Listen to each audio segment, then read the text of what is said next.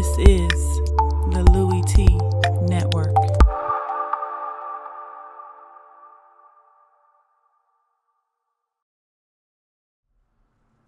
Who else could it be but me, your man, Louie T? Welcome to the 2018 NFL Coaching Carousel here on the Louie T Network. Of course, I'm your set man, Louie T. Thank you for joining me on the program. Black Monday has come and gone. Changes have been made. Some teams have kept their coaches. Some still mulling over the decision whether to make a move or not. This is one of the teams that decided to stand pat at the head coaching position to the surprise of some, but I think it was the right move. And some may disagree with me.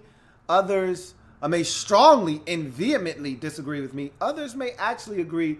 Jimmy Haslam, for one, agrees with me, and I'm talking about the Cleveland Browns. Now, granted, Hugh Jackson 1-31 in his first two NFL seasons as the head man of the Cleveland Browns. Not good. Not good at all. As a matter of fact, it's probably among the worst records in a two-year stretch of any NFL head coach in history.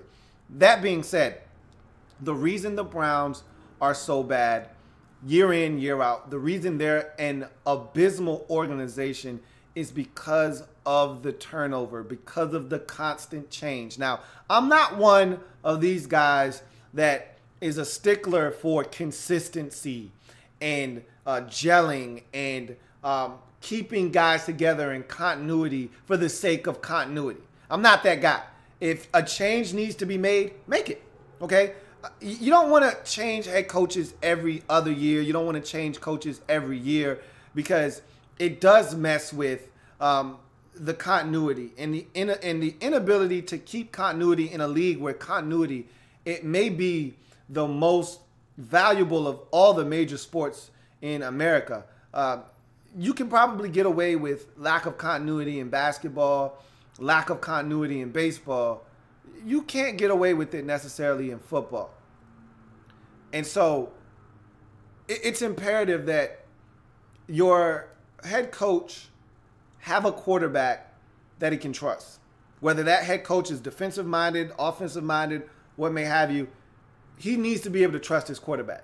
Hugh Jackson hasn't had that since he set foot in Cleveland. Some of it, the doing of this organization, and we don't know what has gone on behind closed doors, which led to the firing of Sashi Brown in Cleveland. We'll talk about that and that decision and how it impacted Hugh Jackson moving forward in a second. But we don't know if Hugh Jackson wanted Carson Wentz and Sashi Brown said no, overruled him, or they put a vote out and Hugh Jackson was in favor of getting Wentz and Sashi Brown and some others said, nope, we don't want to go that direction and decided to trade out of that pick. Nonetheless, we don't know what happened with the Browns and that whole situation with the quarterbacks in the 2016 NFL draft. One thing's for sure. They got it wrong. So then you ask yourself, well, what was the rift between those two, Sashi Brown and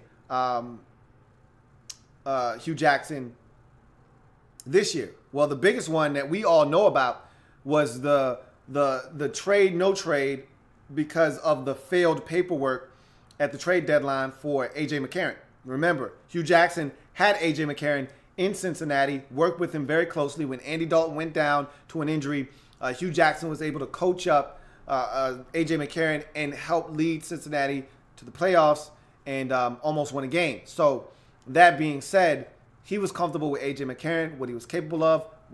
And this is a talented Browns roster. That's why a lot of people think Hugh Jackson needs to go.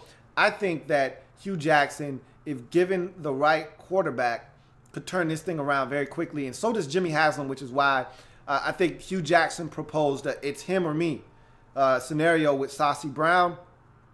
Sashi Brown lost that battle. Hugh Jackson won.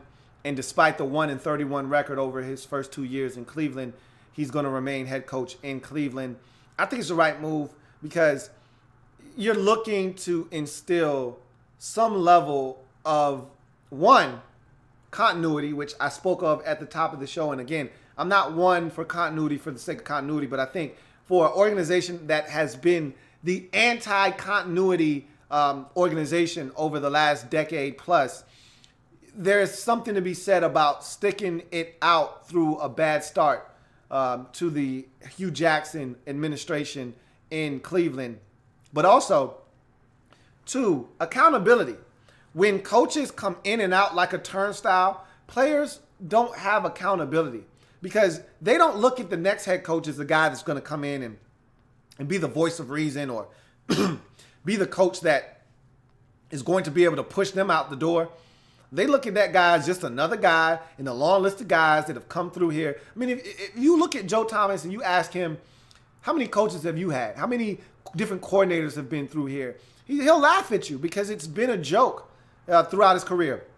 He's been the model citizen, a future Hall of Famer, that left tackle. And he's seen nothing but drama, turmoil, and dysfunction in his time in Cleveland.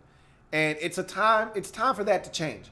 And by them not making the move and getting rid of Hugh Jackson, I think they put themselves in a position to succeed and succeed big next season if they get the right quarterback. Now, this is a team that has the #1 pick, obviously going 0-16 and going down in NFL infamy as one of the worst teams in NFL history, which isn't something you want to do. But in doing so, they've put themselves in a position to draft a quarterback in what is supposed to be a quarterback-rich draft. I don't necessarily agree with that, but if I'm the Browns, I'm double-dipping this offseason.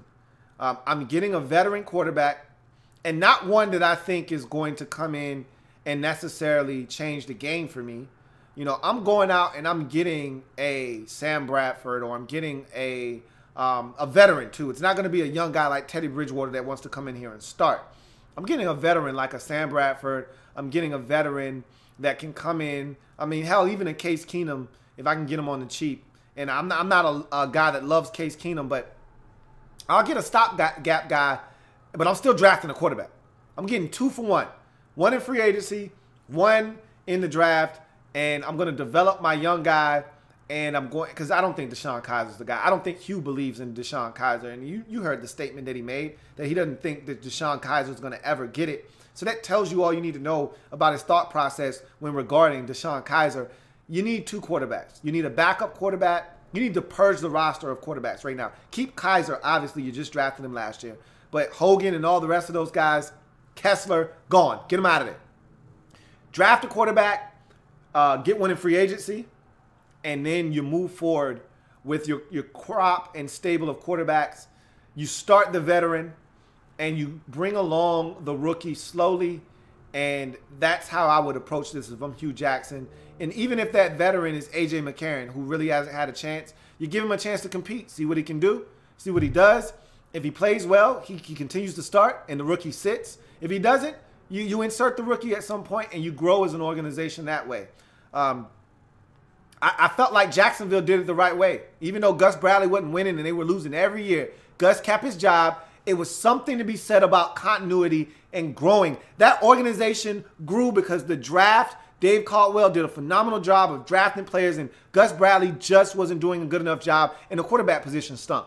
You get rid, because they stuck with Gus for so long, and they had that much talent that they acquired over the years, they were able to make a quick turnaround.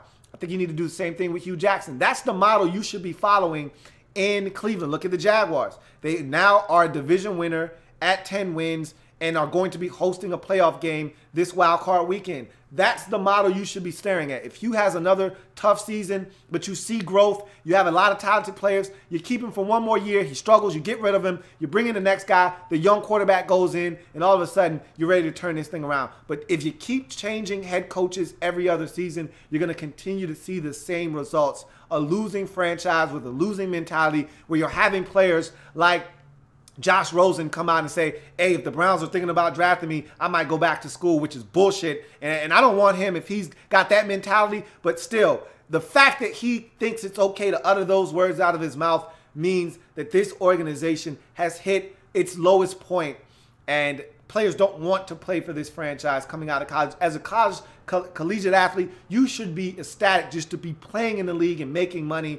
Josh Rosen's like, nah, I'd rather go back and play another year of college than be drafted by the Browns, which tells you the state of this organization. Hugh Jackson can turn it around. I know it doesn't seem that way right now. And some of the decisions he makes during games, I will agree with you. They're head scratching.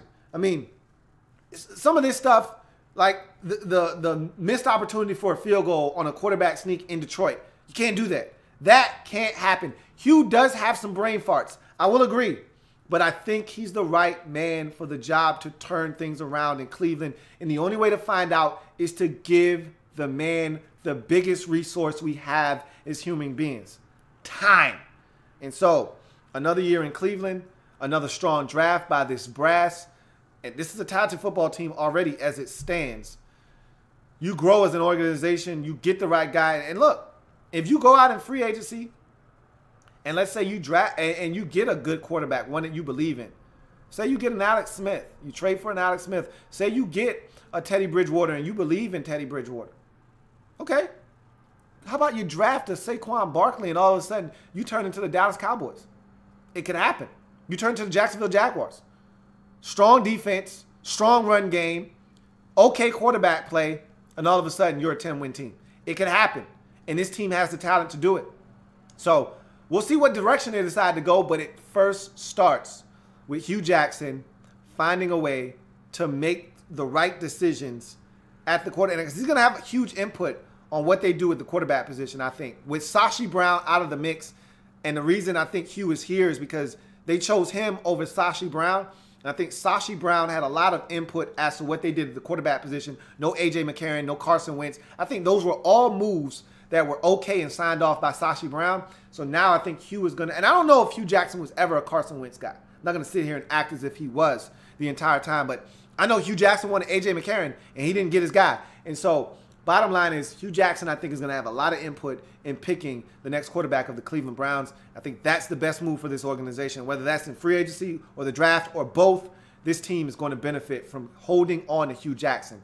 I believe we'll see what happens. But that's the Cleveland Browns and their coaching carousel. Lots to discuss with this organization over the offseason, and we'll do that, and we'll have it all here on the Louie T Network, so don't you go anywhere. But plenty more to discuss on this coaching carousel as it continues to spin around and around in this league. Your man Louie T has you covered. So I'll see you next time. Have a good one. Stay tuned to the Louie T Network.